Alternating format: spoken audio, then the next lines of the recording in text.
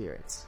I'm about to walk off. Among these I three could live in associates, sin, but he would just feed me information. is the I was false operating prophet. under a false gift. I That get a is what text we'll be message with dabbling people's into names, today. information. I get a So screenshot from listen Facebook. to this He said, confession you prophesy as this it's going person. on. Like that in prophecy. So this is what these guys do. About to get a series of deliverance session.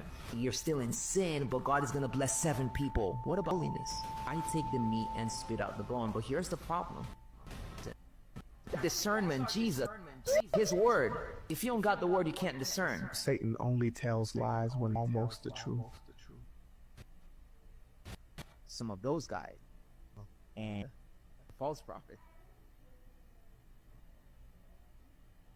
So we'll be discussing This other guys. our And I remember, live this he took us confession into by a room, and he EG was like, I'm going to teach you something deep today. to play. I don't know why I thought about this. The thing that came to my head was they haven't said. That's how they get into power.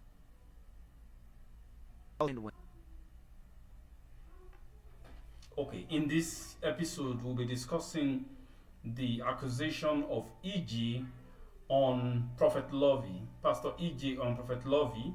As you can see in these 2 videos that are on your screen, you have the 3 of them in association before the breakup.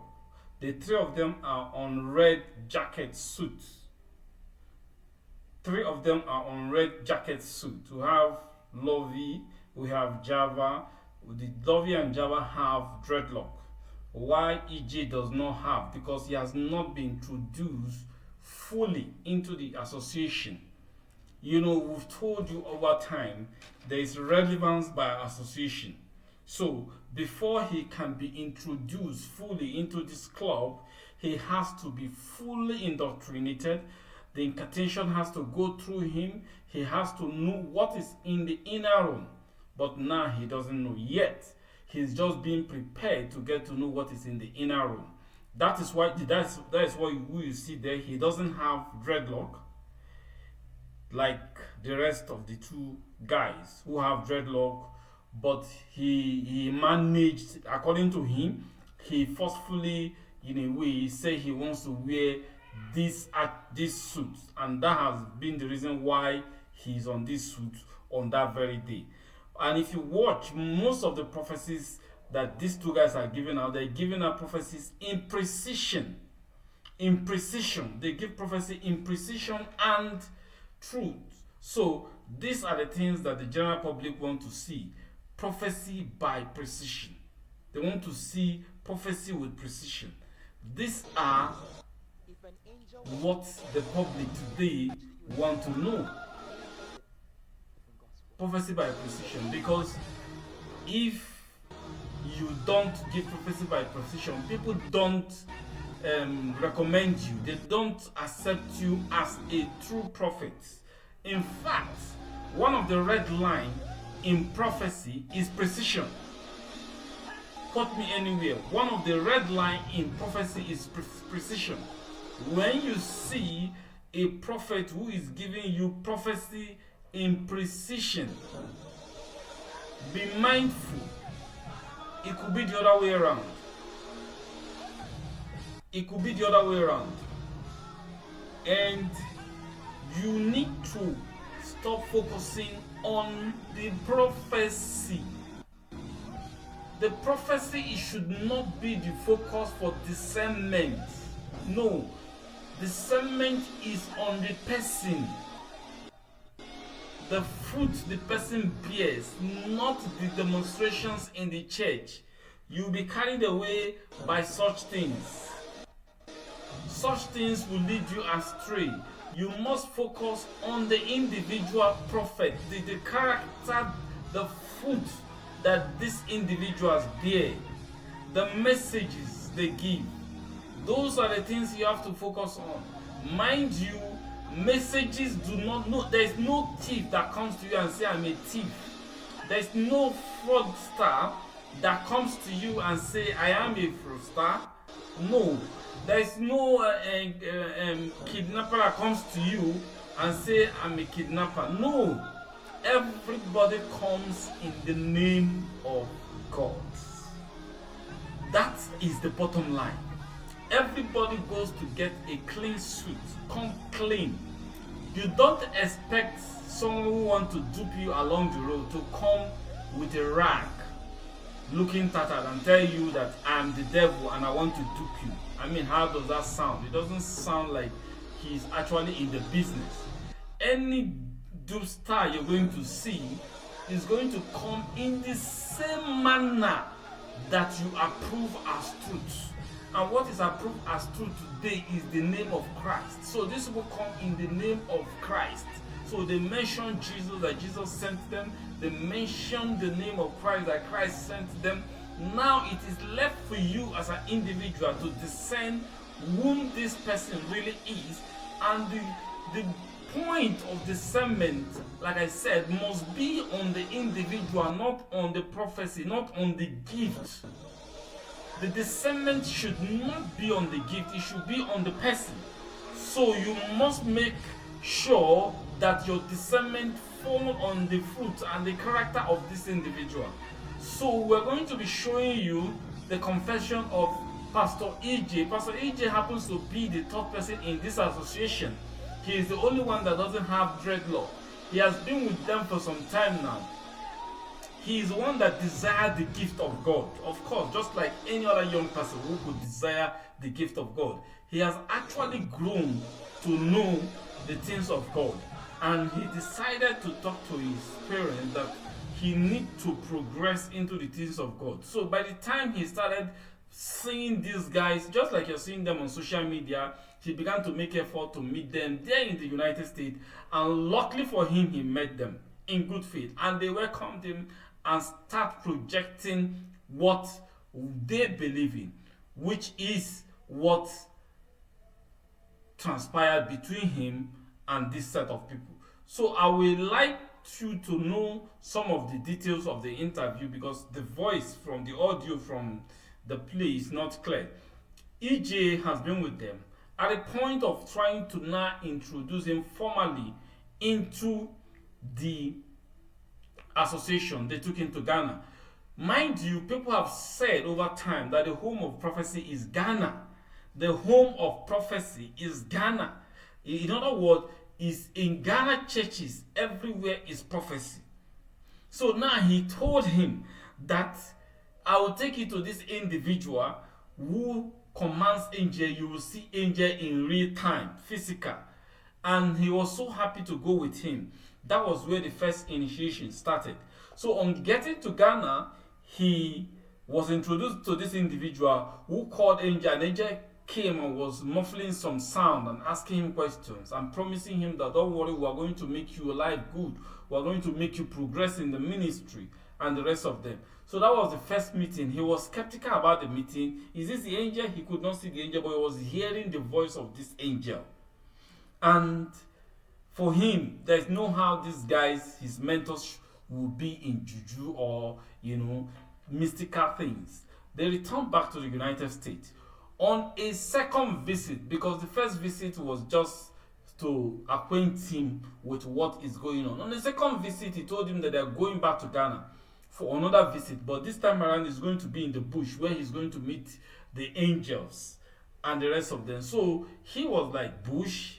You mean farm? Because he wanted to be wanted to lay emphasis on what he meant by bush. So he said, yes, it's the bush. So when they got to Ghana on the second trip, they went to the bush at night, and he took him to a place in that bush. And all he was seeing along the way was candle, pentagram, all manner of mystical stuff, a tree where you can shoot someone and the person will die. Those are the things that he was seeing. At this point, he was just somehow for him. But before they eventually got into the bush, before they embarked on the journey, he told him to learn Psalm 35 from verse 1, which he was not able to learn. On getting there, the angel started asking him, in that bush, have you learned it? A muffling sound, something that looks different from the norm, but that is the situation where he finds himself. His face was down. His face was not allowed to come up and see whatever. But he knew that something was in front of him that was just speaking as though he's the angel, and was asking him what of the psalm. Recite it quickly so that they can move ahead. He could not remember the psalm, and he felt disappointed in himself and was blaming God that this is an hour for him to to be upgraded, but now he has forgotten the psalm. That was the situation. Now, there the angel got angry and they left. So his mentor called him that, why did you forget the psalm? I told you, the angels are very angry with you. They are very angry. He was so pissed off, and the young man was telling him that I didn't even know that this would be like this. I don't know what made me to not to remember these things, and that was it. So they went back. He said, don't worry, we're going to find a way to sort it out. And they gave him some fetish stuff that when you start, go and put it in your church, in your own church, that if you put it, you have at least 1,000 members, which he collected and got home and what have you. So these men have been, I believe the testimony of this guy. The guy is quite true, not because of anything, but if you listen to his sound, I know it's difficult for people to believe, but things happens. There are things that go on at night in different places that come manifesting in the afternoon in some churches, and people swallow it hook, line, and sinker. These are the situations that we find ourselves today. We have a lot of fetish things creeping into the church. It's a place that is sanctified, being introduced into fetish things. So a lot of things happen, because if you watch, this guy, first of all, does not have dreadlock because he has not been truly in.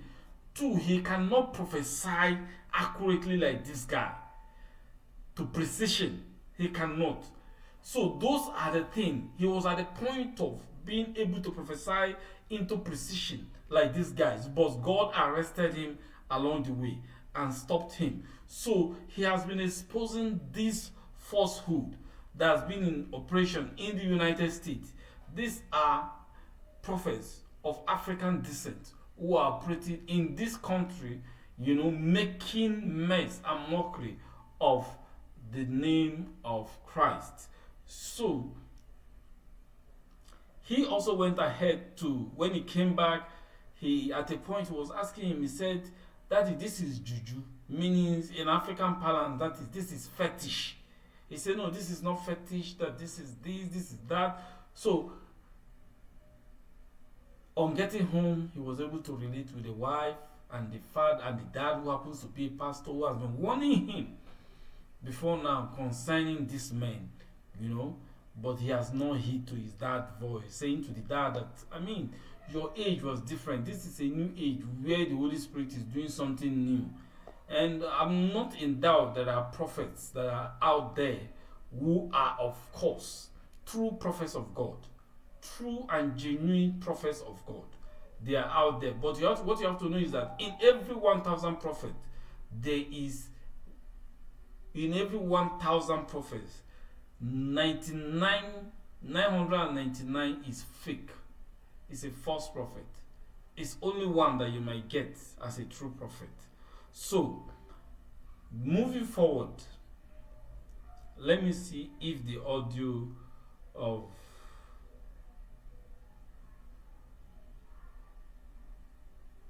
can play.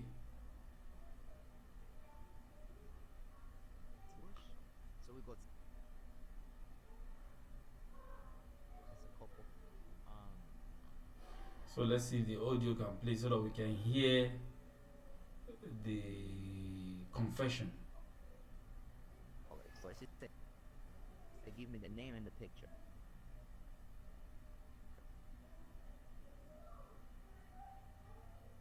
I know what time it is. The audio is not so clear, so he continued in this confession. He continued, and that after a few days he said, it's obvious these are three of them. And God delivered him. He has started his own ministry and is letting the general public know what is in trend. What is in trend today. So we've said it: relevant by association, accuracy by their fruit. Some of these false prophets, they go to people who have achieved name and try to create that association and get approval rating from the general public. Those are the situation we find ourselves today.